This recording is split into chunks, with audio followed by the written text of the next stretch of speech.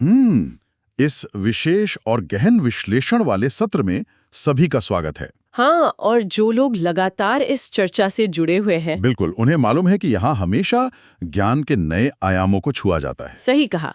लेकिन आज का ये सत्र कुछ अलग और बेहद खास होने वाला है ना? एकदम।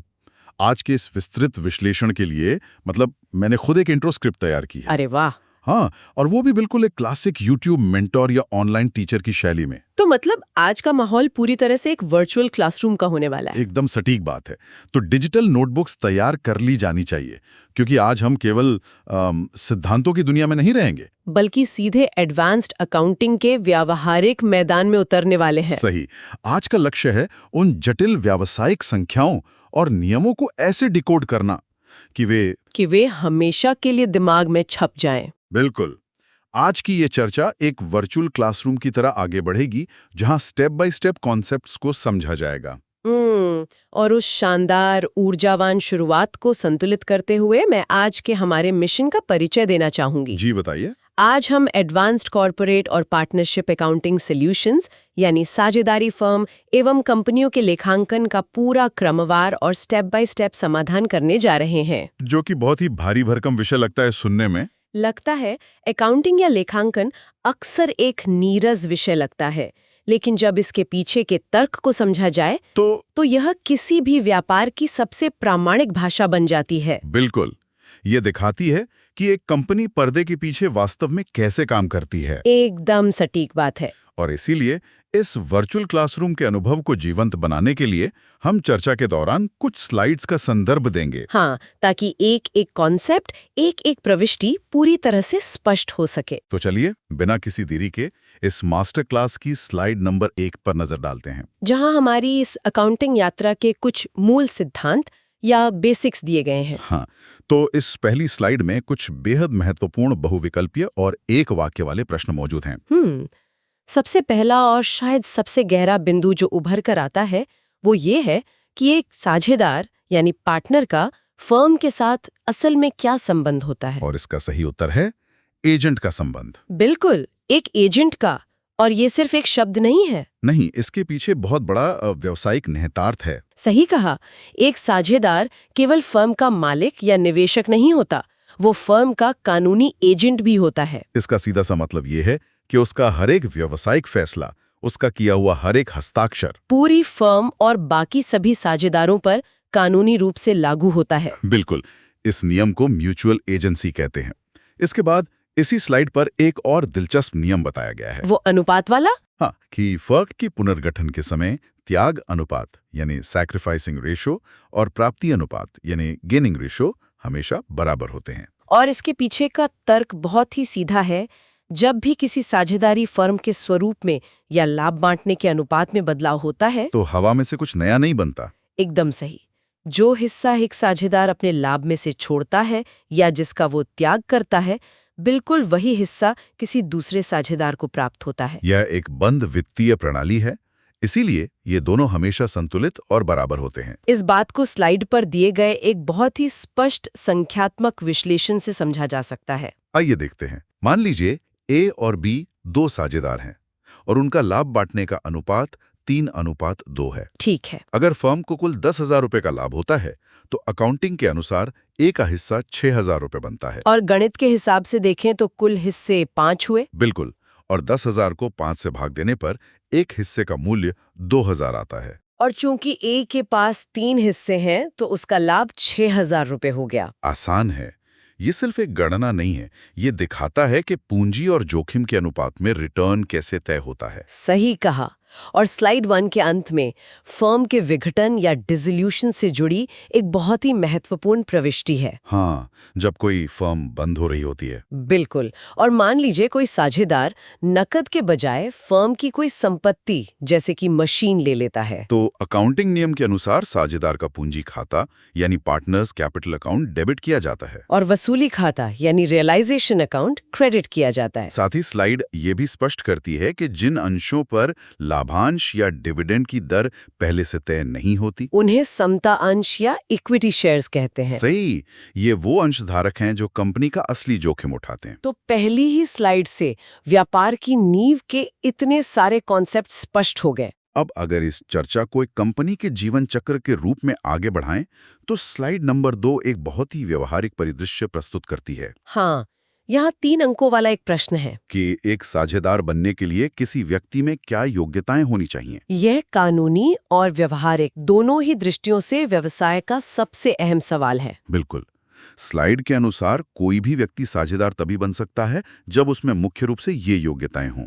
पहला, उसमें संविदा यानी कॉन्ट्रैक्ट करने की कानूनी क्षमता होनी चाहिए। दूसरा, उसे समझदार या बालिग होना चाहिए। तीसरा, वो दिवालिया या इंसॉल्वेंट ना हो। और चौथा, वो मानसिक रूप से पूरी तरह स्वस्थ हो। यहाँ एक बहुत गहरा व्यावसायिक तर्क छिपा है। एक तरह का आहा मोमेंट है ये। बिल्कुल, जैसा कि हमने पहले देखा कि साझेदार एक एजेंट होता है, तो सोचिए अगर कोई दिवालिया व्यक्ति या ऐसा व्यक्ति जो मानसिक रूप से फैसले लेने में सक्षम नहीं है किसी फर्म का साझेदार बन जाए, तो क्या होगा? दिवालिया व्यक्ति के खुद के लेनदार फर्म की संपत्तियों पर दावा कर सकते हैं। एकदम सही। ये नियम असल में फर्म को बाहरी जोखिमों से बचाने के लिए एक फायरवॉल का काम करता है। यह स्पष्ट करता है कि अकाउंटिंग और कानून कैसे व्यापार को सुरक्षित रखने के लिए मिलकर काम करते हैं। यह विश्लेषण बिल्कुल सटीक है। यह सुनिश्चित करना जरूरी है कि व्यापारिक दुनिया में जो भी समझौते हों वे जिम्मेदार और जवाबदेह संस्थाओं के बीच हों। चलिए अब स्लाइड नंबर 3 की ओर बढ़ते हैं। यहाँ से कॉर्पोरेट अकाउंटिंग के उस उन्नत हिस्से की शुरुआत होती है जहाँ कंपनियां पूंजी जुटाती हैं। हाँ, यह डिबेंचर को प्रीमियम पर जारी करने से जुड़ा सवाल है। ये बहुत ही दिलचस्प केस स्टडी है। स्लाइड के अनुसार एक कंपनी ने एक मशीन खरीदी है जिसकी कीमत 72,000 रुपए है। अब नकद भुगतान करने के बजाय कंपनी 100 रुपए वाले डिबेंचर्स जारी कर रही है, और वो भी 20% प्रीमियम पर। एक विश्लेषक के तौर पर यह सवाल उठना लाजमी है कि कंपनी नकद क्यों नहीं दे रही और ये प्रीमियम का गणित कैसे काम कर रहा है? आइए इसे डिकोड करते हैं।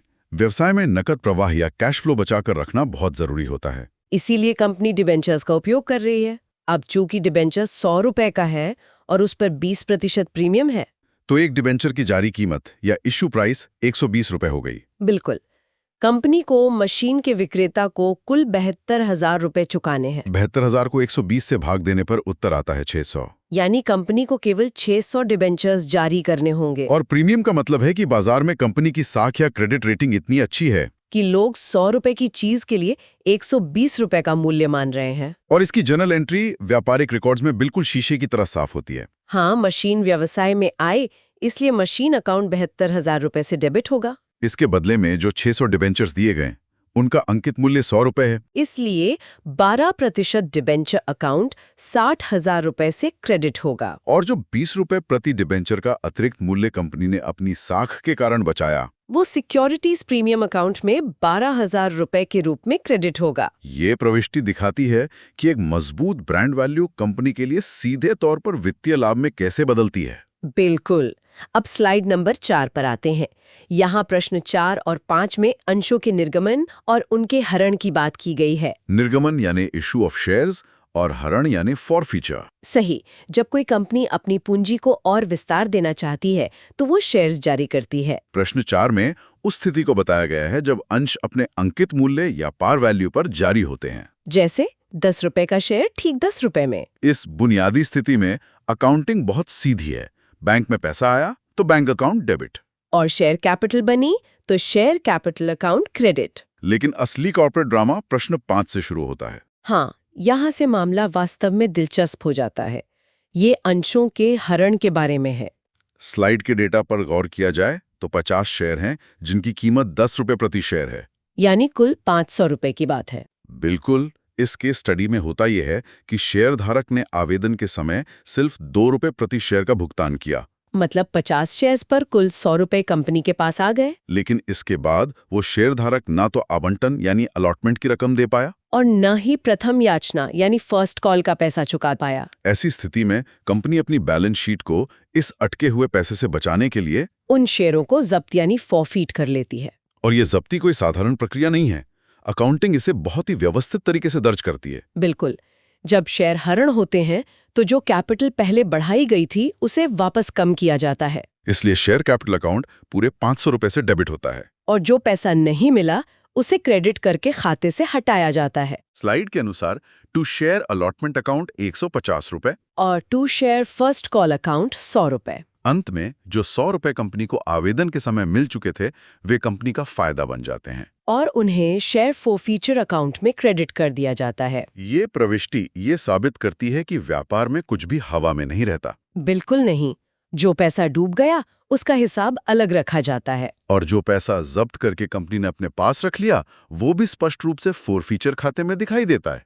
इस कड़ी में आगे बढ़ते हुए अब स्लाइड नंबर 5 का रुख करते हैं। हमने शेयर जारी होते देखे, जब्त होते देखे, लेकिन क्या हो जब पूरी की पूरी फर्म ही बंद होने के कगार पर आ जाए? हाँ, प्रश्न 6 फर्म के विघटन से जुड़ा है और इसमें रियलाइजेशन अकाउंट यानी वसूली खाते का गणित समझाया गया है। ये खाता एक तरह से फर्म का अंतिम पोस्टमार्टम होता है। बिल्कुल। जब फर्म बंद होती है तो ये देखा जाता है कि कागजों पर जो संपत्तियां दिख रही थीं उनकी असली बाजार कीमत क्या है। स्लाइड के अनुसार संपत्तियों को बेचने से 80,000 रुपए प्राप्त हुए। फर्म के लेनदारों को 20,000 रुपए चुकाने थे और विघटन की इस पूरी कानूनी प्रक्रिया का खर्च 2,000 रुपए आया। इसका अर्थ है कि 80,000 रुपए मिले जिसमें से 22,000 रुपए का भुगतान हो गया। तो फर्म के पास अंततः केवल 58,000 रुपए नकद बचे। अब यहाँ असली नुकसान का पता चलता है। फर्म की बैलेंस शीट में जो कुल पूंजी दर्ज थी वो 1 लाख रुपए थी, लेकिन 1 लाख रुपए की पूंजी वाले व्यवसाय से अंत में केवल 58,000 रुपए ही वसूल हो पाए। मतलब सीधे तौर पर 42,000 रुपए का नुकसान। ये बाजार की वो कड़वी सच्चाई है जो बताती है कि संपत्तियों का किताबी मूल्य हमेशा उनके नकद मूल्य के बराबर नहीं होता। और ये नुकसान हवा में गायब नहीं होता, इससे साझेदारों को झेलना पड़ता है। स्लाइड के मुताबिक रंजना और मनीष का लाभ हानि अनुपात 3:2 है। तो इस 42,000 रुपयों के वसूली नुकसान को जब 3:2 में बांटा जाता है तो रंजना के हिस्से में 25,200 रुपए का नुकसान आता है और मनीष के हिस्से में 16,800 रुपए का। वसूली खाता पारदर्शी तरीके से ये तय कर देता है कि फर्म के बंद होने पर असल में किसका कितना पैसा डूबा। इस गंभीर स्थिति से बाहर निकलते हुए अब स्लाइड नंबर 6 की ओर चलते हैं। यहाँ सकारात्मक पहलुओं पर ध्यान केंद्रित किया गया है। प्रश्न 7 गेनिंग रेशो के बारे में है और प्रश्न 8 किसी व्यवसाय की सबसे मूल्यवान अदृश्य संपत्ति यानी ख्याति या गुडविल निकालने की सुपर प्रॉफिट मेथड पर आधारित है। प्रश्न 7 एक बहुत ही बुनियादी स्थिति है।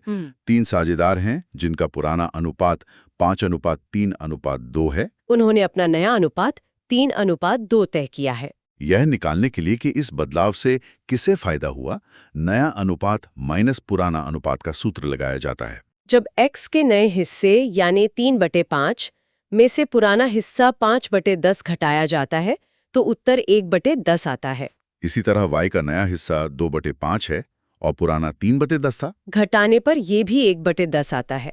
इसका अर्थ यह है कि x और y दोनों को ही फर्म के पुनर्गठन से 1/10 का फायदा हो रहा है। इसलिए उनका प्राप्ति अनुपात 1:1 हुआ, दोनों बराबर। अब आते हैं प्रश्न 8 पर, जो वास्तव में बिजनेस स्ट्रैटेजी का दिल है, गुडविल।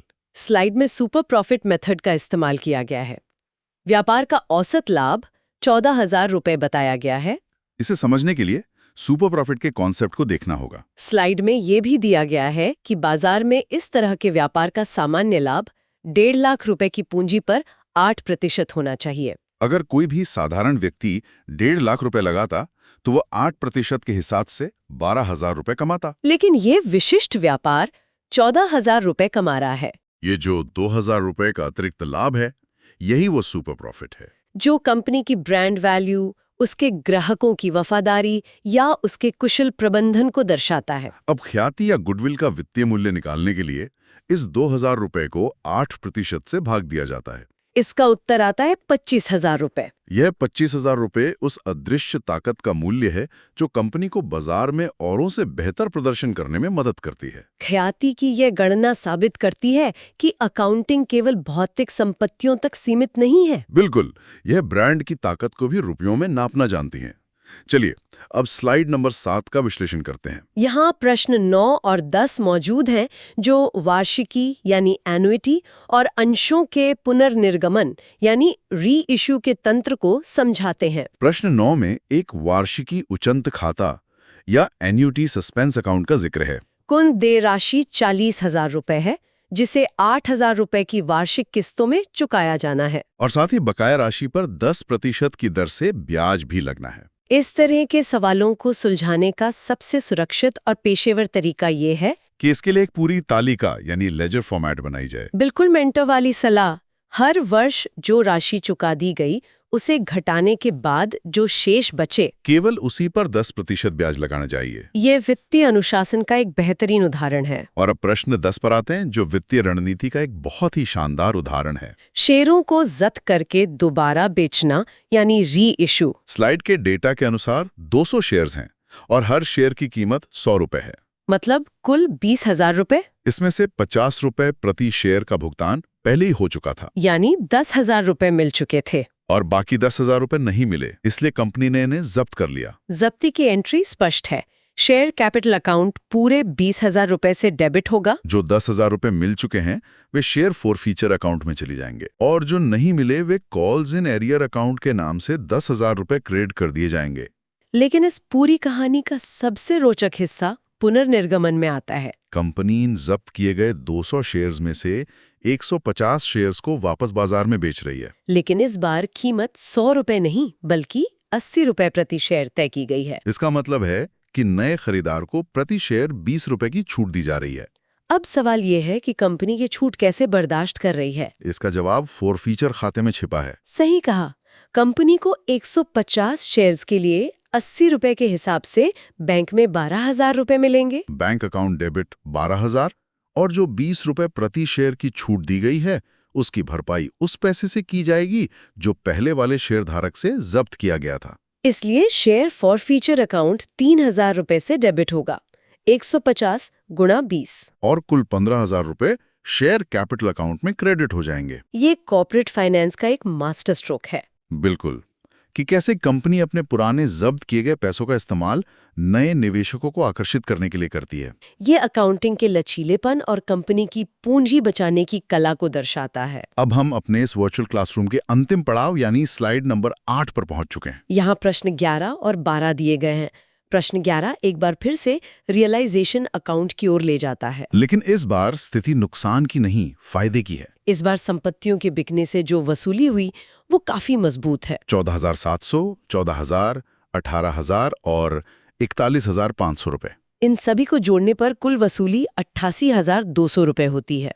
वहीं लेनदारों को 23,000 रुपए का भुगतान किया गया और विघटन का खर्च केवल 1,000 रुपए रहा। स्लाइड सीधे तौर पर यह निष्कर्ष देती है कि संपत्तियों से प्राप्त नकद और चुकाई गई देनदारियों के बीच का अंतर एक शुद्ध लाभ है, जो कि 40,200 रुपए है। और ये 40,200 रुपए का लाभ फर्म के 3 साझेदारों ए, बी और सी के बीच उनके निर्धारित अनुपात 2:2:1 में बांटा जाएगा। जब 40,200 को 5 से भाग देकर इसे अनुपातिक रूप से बांटा जाता है तो ए और बी दोनों के हिस्से में 16,080 रुपए आते हैं, जबकि सी को 8,040 रुपए का लाभ मिलता है। ये एक सफल विघटन का परिदृश्य है, जहां व्यवसाय बंद होने पर भी साझेदार मुनाफा लेकर घर जा रहे हैं। अब आते हैं आज के अंतिम प्रश्न 12 पर।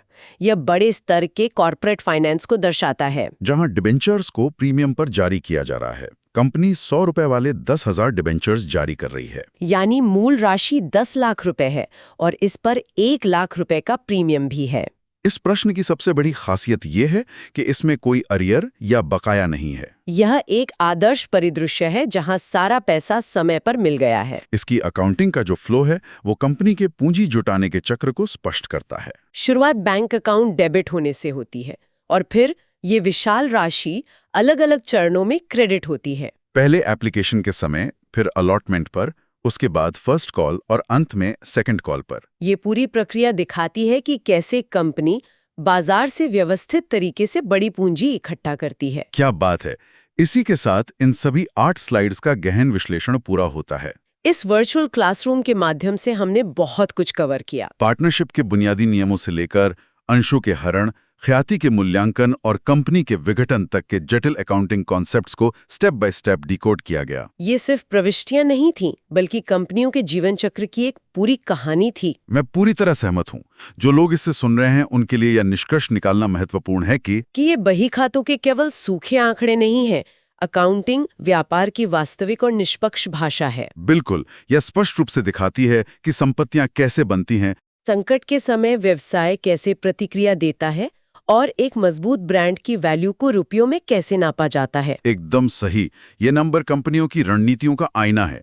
और इस विस्तृत सत्र को समाप्त करने से पहले मैं एक विचार छोड़कर जाना चाहता हूँ, जिस पर जरूर गौर किया जाना चाहिए। आज की चर्चा की बिल्कुल शुरुआत में स्लाइड 1 के प्रश्न 1 में ये सामने आया था कि एक साझेदार फर्म का एजेंट होता है। हाँ, म्यूचुअल एजेंसी। कल्पना करें कि जब एक व्यक्ति का केवल एक फैसला, उसका एक हस्ताक्षर पूरी की पूरी कंपनी को और उसमें शामिल सभी पार्टनर्स को कानूनी रूप से बांध सकता है। तो आज के इस जटिल और तेज रफ्तार कॉर्पोरेट परिदृश्य में भरोसे और जवाबदेही की कीमत कितनी बड़ी हो जाती है। अकाउंटिंग तो अंततः सिर्फ उस भरोसे के टूटने या कायम रहने का वित्तीय रूप में हिसाब रखती है। लेकिन किसी भी सफल व्यवसाय की असली नींव तो इंसान ही है। इस विचार पर गौर कीजिएगा। आज के इस गहरे विश्लेषण को यहीं विराम देते हैं। सुनते रहिए और नए दृष्टिकोण के साथ सीखते रहिए।